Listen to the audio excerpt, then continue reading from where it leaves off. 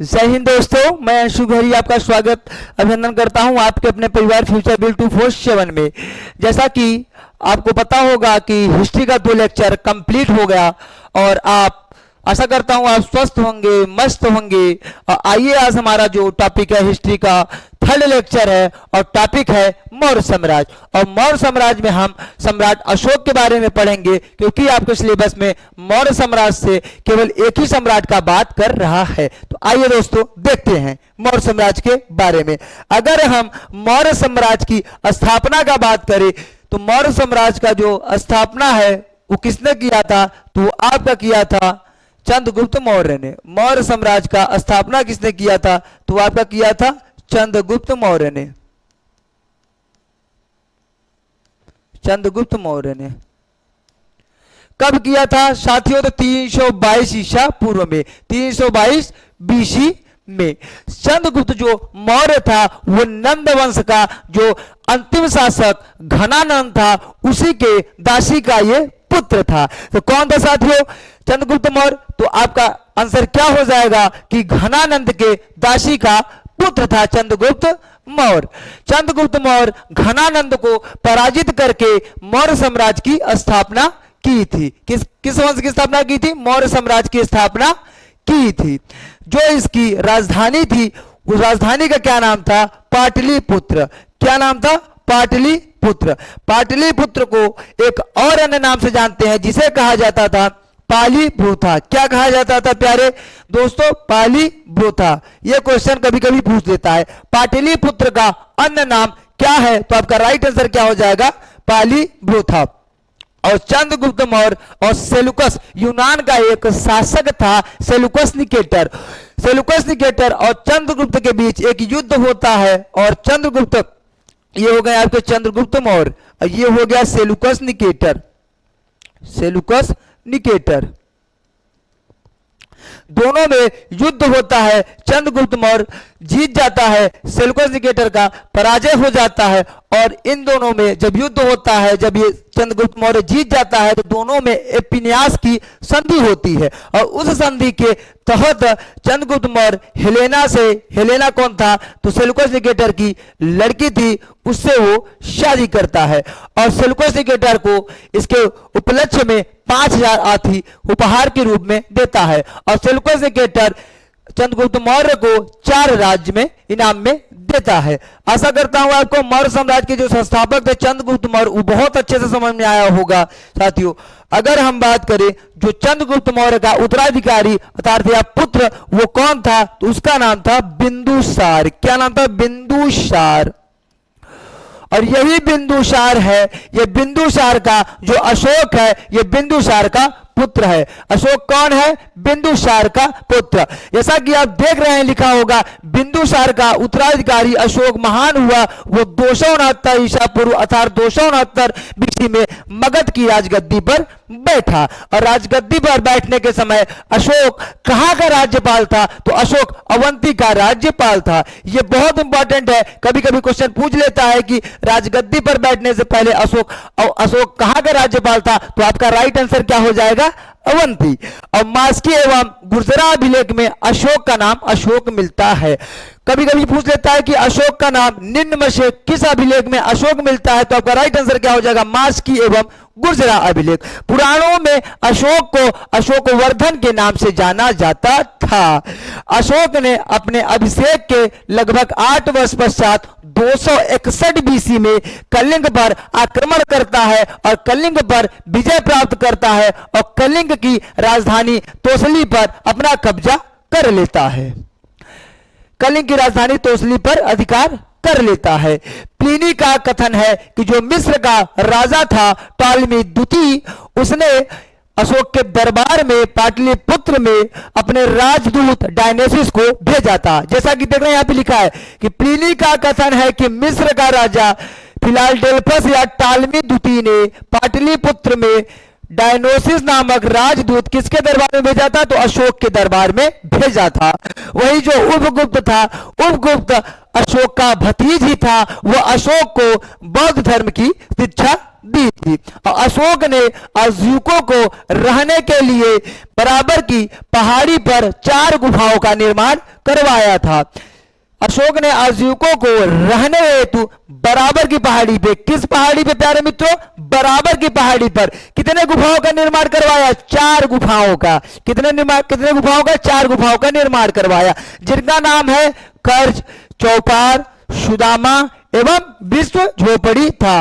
और जो अशोक के पौत्र दशरथ थे, उन्होंने अजयूकों को ठहरने के लिए या आवास के रूप में नागा अर्जुन गुफा प्रदान किया था। नागा अर्जुन गुफा प्रदान किया था। नागा अर्जुन गुफा, अगर हम आज के बारे में बात करें कहां है, तो यह है बिहार में। बिहार में भी कहां? तो बिहार के जहानाबाद में। कहां पे प्यारे मित्रों? जहानाबाद में। कभी कभी क्वेश्चन पूछ लेता है कि अजयूकों को नागा अर्जुन गुफा प्रदान निम्न में से किस शासक ने की थी? तो आपका राइट आंसर हो जाएगा जो अशोक के पुत्र थे दशरथ ने, उन्होंने अजयूकों को रुकने के लिए नागा अर्जुन गुफा प्रदान किया था। अशोक के 7वें स्तंभ लेख में अजयूकों का उल्लेख किया गया है। कभी कभी यहां से भी प्रश्न उठता है कि अजयूकों का उल्लेख निम्न में से किस स्तंभ लेख में किया गया है? तो आपका आंसर क्या हो जाएगा? 7वें स्तंभ लेख में किया गया है। तथा महामात्रों को अजयूकों के हितों का ध्यान रखने के लिए कहा गया है। मतलब एक प्रकार से आप समझ सकते हैं कि जो अशोक था वो अजयूकों के ऊपर ज्यादा केयर करता था, उनका ज्यादा ध्यान रखता था। आजीवक से आपको डरना नहीं है। जैसे जैन संप्रदाय था, वैसे बहुत संप्रदाय था, वैसे भी एक आजीवक भी संप्रदाय था, जिसकी स्थापना किसने की थी? मक्खली कुशाल ने की थी। अगर आजीवक संप्रदाय की स्थापना की बात करेगी तो आपका राइट आंसर क्या हो जाएगा? मक्खली कुशाल ने की थी। और अशोक की जो माता का नाम था वो था सुभद्रांगी। क्या नाम था साथियों? सुभद्रांगी। आशा करता हूं आपको यहां तक बहुत अच्छे से समझ में आया होगा। ये जो नोट है इसको बहुत अच्छे से आप नोट कर लीजिएगा कि अशोक संप्रदाय की स्थापना किसने की थी? तो मक्खली कुशाल ने की थी। अच्छा हाँ साथियों, एक और जरूरी बात, ये सब जो नोट्स यहां पे आपको दिख रहे हैं, अगर आपको ये नोट्स और मेरे द्वारा हस्तलिखित नोट्स ये दोनों अगर प्राप्त करना है तो आप टेलीग्राम चैनल पे जुड़ जाइए। टेलीग्राम चैनल पे जुड़ जाइए। और टेलीग्राम चैनल का नाम क्या है? Future will 247।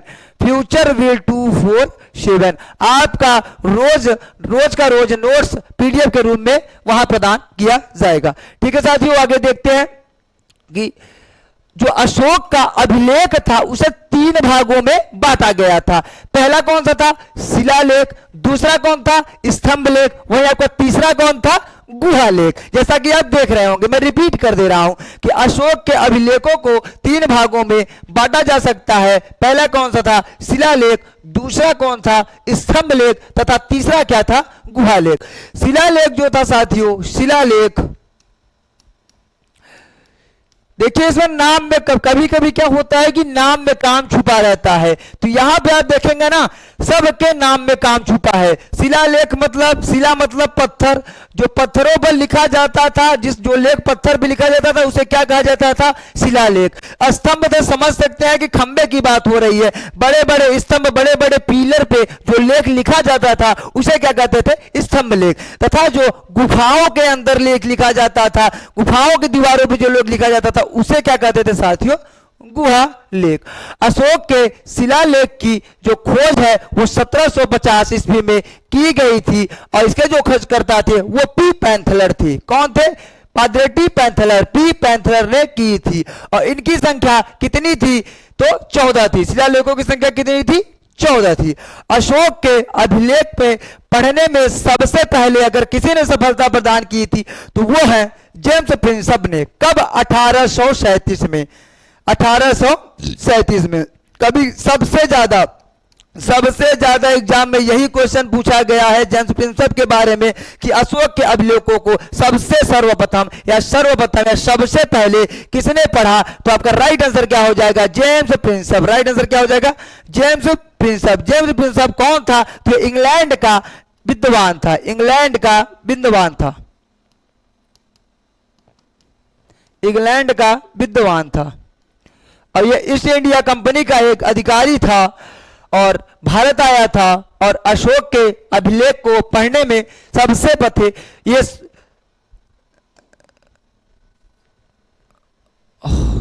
साथियों, जो हमने 14 अभिलेख या 14 शिलालेखों की बात की, आइए हम एक एक शिलालेख को देख लेते हैं। पहले शिलालेख में क्या है, इसमें पशु बलि की निंदा की गई है, अर्थात पशु बलि देना पाप है। अब अगर दूसरे शिलालेख के बारे में बात करें तो इसमें क्या क्या है, मनुष्य एवं पशु दोनों की चिकित्सा व्यवस्था का उल्लेख किया गया है। चिकित्सा से आपको डरना नहीं है, जैसे अस्पताल होता है तो वहां पे आपको कौन सा सुविधा दिया जाता है, चिकित्सा का व्यवस्था दिया जाता है, उपचार हेतु रोग से वही सब होता है। अगर हम तीसरा अभिलेख के बारे में बात करें तो इसमें क्या है, राजकीय अधिकारियों को यह आदेश दिया गया है कि यह हर 5वें वर्ष उपरांत दौरे पर जाएं, और इस शिलालेख में कुछ धार्मिक नियमों का भी उल्लेख है। तो अगर हम तीसरे अभिलेख के बारे में बात करें तो ये जो हमारे अधिकारी हैं, राजकीय अधिकारी हैं, उनके दौरे के बारे में बात करता है और धार्मिक नियमों के बारे में बात करता है। अगर हम चौथा अभिलेख के बारे में बात करें तो इसमें क्या होता है, इस अभिलेख में भेरी घोष की जगह धम्म घोष की घोषणा की गई है। भेरी घोष का साथियों जो अर्थ होता है, तो भेरी घोष का अर्थ होता है आपका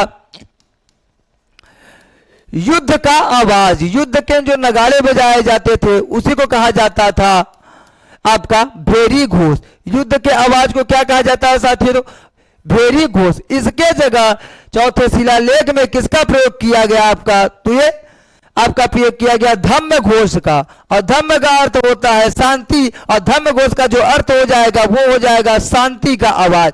जहां भेरी घोष में युद्ध को आवाज था, वहीं आपका धम्म घोष में किसका, तो शांति का आवाज की बात करता है।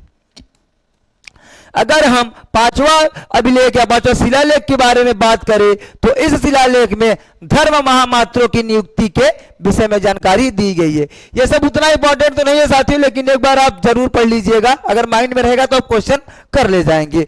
अगर हम छठा अभिलेख के शिलालेख के बारे में बात करें तो इसमें क्या है, आत्मनियंत्रण की शिक्षा दी गई है, सेल्फ कंट्रोल की शिक्षा दी गई है। अगर हम सातवां एवं आठवां अभिलेख के बारे में बात करें तो अशोक के तीर्थ यात्राओं का उल्लेख किया गया है। यह है आपका मोस्ट इंपॉर्टेंट, ये आपका मोस्ट इंपॉर्टेंट, ये क्या हो जाएगा, मोस्ट इंपॉर्टेंट। बहुत बार पूछा है कि अशोक के तीर्थ यात्राओं का उल्लेख किस शिलालेख में किया गया है, तो आपका राइट आंसर क्या हो जाएगा, सातवां एवं आठवां। नवा अभिलेख में भेंट और शिष्टाचार के बारे में बात करता है, सच्ची भेंट एवं सच्चे शिष्टाचार का उल्लेख किया गया है। आपके साथियों जो चौथा है यह इंपॉर्टेंट हो जाता है, और आपका सातवां जो है वो इंपॉर्टेंट हो जाता है। आगे देखते हैं, जो 10वां अभिलेख था उसमें अशोक ने आदेश दिया था कि जो आप कुछ भी अगर सोचेंगे प्रजा के बारे में, तो प्रजा के हित के बारे में जो भी होगा उसके बारे में आप सोचेंगे। देखिए यहां पर लिखा भी है, इसमें अशोक ने आदेश दिया है कि राजा तथा उच्च अधिकारी हमेशा प्रजा के हित में सोचेंगे, प्रजा के अहित में नहीं सोचेंगे, प्रजा के हित में सोचेंगे। जो 11वां अभिलेख है आपका, उसमें किसके बारे में बात करती है, तो उसमें धम्म की व्याख्या की गई है। किसकी व्याख्या की गई है, तो धम्म की व्याख्या की गई है। जो 12वां आपका अभिलेख है इसमें क्या है, तो इसमें स्त्री महामात्रों की नियुक्ति की जाती है और सभी प्रकार के विचारों की सम्मान की बात की गई है। इसमें इसका अर्थ क्या हुआ कि जितने भी मंत्री या जितने भी अधिकारी हैं, जो उनका विचार होगा उनका सम्मान किया जाएगा। और इसी में 12वें अभिलेख में मोस्ट इंपॉर्टेंट है, अगर पूछ लेता है कि स्त्री महामात्रों की नियुक्ति किस अभिलेख में है, तो आपका राइट आंसर 12वां अभिलेख हो जाएगा। 13वां अभिलेख मोस्ट इंपॉर्टेंट है, क्योंकि जो कलिंग का युद्ध हुआ था वो इसी अभिलेख में है। कलिंग युद्ध का वर्णन एवं अशोक के हृदय परिवर्तन की बात कही गई है, और इसी में पड़ोसी राजाओं का वर्णन है। क्योंकि जब कलिंग का युद्ध हुआ, कलिंग का युद्ध हुआ, उस समय इतने ज्यादा रक्त बहे कि रक्त की एक नदी टाइप बन गई थी। इसको देख के अशोक का हृदय परिवर्तन हो गया था और वो धम्म की ओर बढ़ गया था, वो शांति की ओर बढ़ गया था। जो 14वां एवं अंतिम शिलालेख है उसमें अशोक ने जनता को धार्मिक जीवन बिताने के लिए प्रेरित किया गया, अर्थात जनता को धार्मिक जीवन, आध्यात्मिक जीवन बिताने के लिए प्रेरित किया गया था। जो अशोक के स्तंभ लेख थे उनकी संख्या 7 थी और 6 अलग अलग जगहों से प्राप्त हुआ था। यहां पे आप देख सकते हैं अशोक के स्तंभ लेखों की संख्या 7 है जो केवल ब्राह्मी लिपि में लिखी गई है और यह 6 अलग अलग स्थानों से प्राप्त हुआ है। पहला आपका क्या है? प्रयाग स्तंभ लेख। पहला क्या है? प्रयाग स्तंभ लेख। यह पहले कौशांबी में था साथियों, बाद में इसे इलाहाबाद अर्थात प्रयागराज के किले में अकबर द्वारा स्थापित कर दिया गया था। अगर दिल्ली टोपरा के बारे में बात करें तो यह स्तंभ लेख फिरोज शाह तुगलक के द्वारा टोपरा से दिल्ली लाया गया था। यह मोस्ट इंपॉर्टेंट है, क्वेश्चन पूछता है फिरोज शाह तुगलक द्वारा निम्न में से किस स्तंभ लेख को टोपरा से दिल्ली लाया गया था? तो आपका राइट आंसर हो जाएगा दिल्ली टोपरा अभिलेख। जो आपका दिल्ली मेरठ स्तंभ लेख था वो पहले मेरठ में स्थित था, बाद में फिरोज शाह तुगलक द्वारा दिल्ली लाया गया। इसको भी फिरोज शाह तुगलक ने दिल्ली मंगवा लिया था। कहां से? तो मेरठ से। कहां से? मेरठ से। जो आपका चौथा है वो रामपुरवा स्तंभ लेख है। यह स्तंभ लेख बिहार में स्थापित था और इसका खोज 1872 ईस्वी में किसके द्वारा? कार्लायल के द्वारा किया गया था। किसके द्वारा? तो कार्लायल के द्वारा किया गया था। जो आपका लोरिया राज स्तंभ लेख था यह भी आपका चंपारण में स्थित है साथियों, और लोरिया नंदगढ़ आपका ये भी चंपारण में है। आप देख रहे होंगे कि जो लोरिया वर्ड आएगा तो अगर लोरिया स्तंभ लेख की स्थिति पूछा तो आपको क्या मारना है? चंपारण बिहार। दोनों में क्या मारना है? चंपारण बिहार। और जो लोरिया नंदगढ़ था इसी पे मोर का चित्र मिलता है। आपका जो आपका राजकीय पक्षी है, राष्ट्रीय पक्षी कौन सा है? मोर। उसका चित्र किस स्तंभ लेख में मिलता है? तो आपका लोरिया नंदगढ़ स्तंभ लेख में मिलता है। जो अशोक के अभिलेखों की भाषा थी वो प्राकृत थी। कैसी थी साथी? प्राकृत थी, जिसे 4 लिपियों, कितने लिपियों में? 4 लिपियों में लिखा गया था। पहला लिपि क्या थी? ब्राह्मी लिपि। यह सबसे ज्यादा इसका अभिलेख भारत में मिले हैं। और जो ब्राह्मी लिपि थी, जैसे अशोक का जो शिलालेख था या स्तंभ लेख था, सबसे ज्यादा किस लिपि में लिखी गई? तो आपकी ब्राह्मी लिपि में लिखी गई। क्वेश्चन यहीं से उठाएगा और क्वेश्चन में यही छपेगा कि अशोक का जो शिलालेख या अभिलेख है सबसे ज्यादा किस लिपि में लिखी गई? तो आपका राइट आंसर हो जाएगा ब्राह्मी लिपि।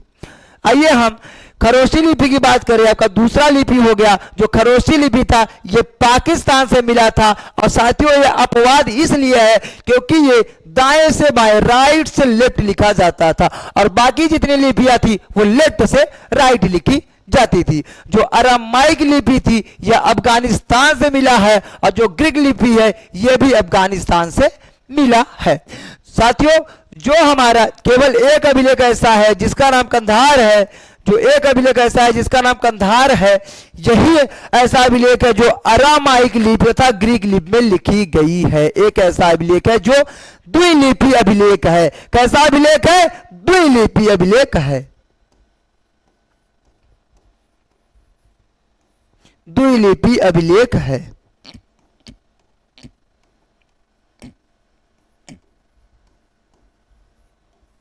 जो साथियों आपका अरामाइक लिपि थी उसका जो भाषा था वो अरामाइक ही था, और जो ग्रीक लिपि थी उसका भी भाषा ग्रीक थी। जैसे कभी कभी जरूरी नहीं है कि जो आपका लिपि हो वही आपका भाषा हो। उदाहरण के लिए हम देख सकते हैं जो आपका हिंदी भाषा है उसका जो लिपि है वो देवनागरी लिपि है। आइए अब हम देखते हैं अशोक के द्वारा जो बौद्ध प्रचार के लिए प्रचारक भेजे गए थे, कहां कहां किसको भेजा गया था। आइए देखते हैं। ये आपका स्थान है, ये आपका धर्म प्रचारक जो गया था। अगर हम श्रीलंका के बारे में बात करें, श्रीलंका कौन गया था बौद्ध धर्म के प्रचार प्रसार के लिए? तो आपके महेंद्र तथा संघमित्रा। महेंद्र संघमित्रा कौन थे साथियों? तो ये आपके थे अशोक के पुत्र एवं पुत्री। अशोक के पुत्र एवं पुत्री। अगर हम यूनान देश की बात करेंगे तो यूनान देश में बौद्ध धर्म की प्रचार प्रसार के लिए कौन गया था? तो आपके महारक्षित। कौन गया था? महारक्षित। वहीं हिमालय क्षेत्र में आपके मध्यम गए थे। अगर आपको सबसे ज्यादा इसमें अगर आपको बोरिंग लग रहा हो तो सबसे मोस्ट इंपॉर्टेंट श्रीलंका वाला, इसे जरूर याद कर लीजिएगा। इसे अगर आप एक एक बार पढ़ लेंगे, क्वेश्चन में ऑप्शन देखते ही माइंड तुरंत आपके माइंड में आएगा कि हाँ अंशु सर इस क्लास में पढ़ाए थे और इसका राइट आंसर ये होगा। अगर हम कश्मीर में बात करें तो कश्मीर गंधार में कौन गया था? तो वो गए थे मझांतिका। और मैसूर में कौन गया था? महादेव। अब कर्नाटक में किसको भेजा गया था? रक्षित को। यह भी मोस्ट इंपॉर्टेंट है, ये दो आप जरूर याद कर लीजिएगा। और सुवर्ण भूमि, इंडोनेशिया को क्या कहा जाता था? सुवर्ण भूमि। वहां पे कौन गया था? शोन एवं उत्तरा। कौन गया था प्यारे मित्रों? शोन एवं उत्तरा। अगर हम मौर्य साम्राज्य के बारे में बात करें जो अशोक के समय था, मौर्य साम्राज्य अशोक के समय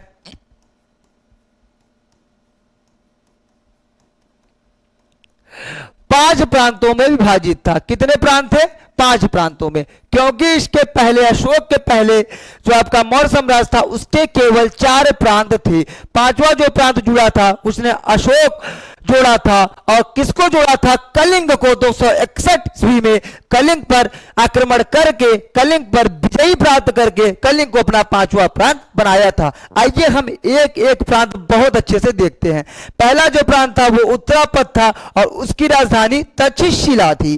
जो दूसरा इनका प्रांत था वो दक्षिणापद था और उसकी राजधानी क्या थी? सुवर्णगिरी। सुवर्णगिरी। और जो आपका तीसरा इनका जो प्रांत था वो था अवंती राष्ट्र और उसका राजधानी क्या था? उज्जैनी। अवंती से आपको याद आ रहा होगा कि जो अशोक था, सम्राट या शासक बनने से पहले अशोक यहां का राज्यपाल था। कहां का?